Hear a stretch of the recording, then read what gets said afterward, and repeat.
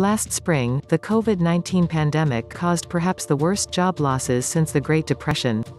The decrease in the labor force participation rate, from 63.3% to 61.3%, has been steeper than that seen in the Great Recession and is among the largest 12-month declines in the post-World War II era, according to the Pew Research Center and federal labor data. But for all the pain, this terrifying year could augur potentially positive changes in the workplace.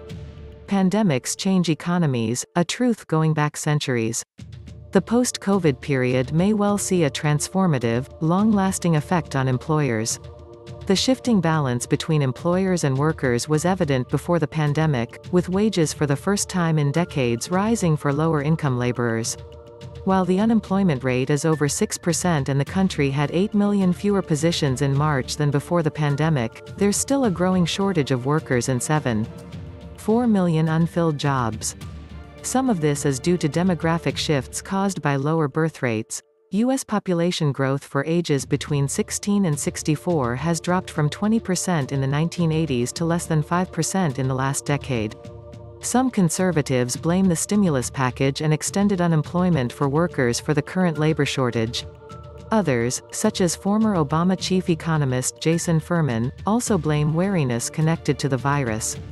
But whatever the causes, the tighter labor market gives workers more leverage with employers, allowing even lower-end service workers to demand signing bonuses, higher wages and more humane working conditions. White-collar workers also face a new reality. Once dragooned into offices often far from affordable homes, they have adapted to new hybrid models, with remote work being done from home, dispersed offices and coffee shops. Stanford economist Nicholas Bloom suggests 20% of work will be done from home even after the pandemic ends, up from 5% in 2019. Various studies also show that remote workers have been more productive, a result business executives welcome along with lower office space costs.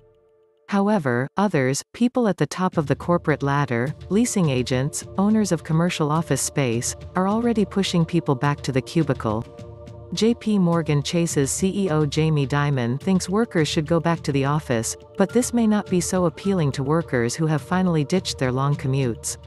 Some human resources managers fear large-scale resistance to attempts to force workers back into the office full-time. When the CEO of the Washingtonian magazine suggested that those working at home would be less valuable and easier to let go, the workers went on daylong strike. No surprise there. A recent survey of 5,000 employed adults found that 4 out of 10 expected some remote work flexibility after the pandemic.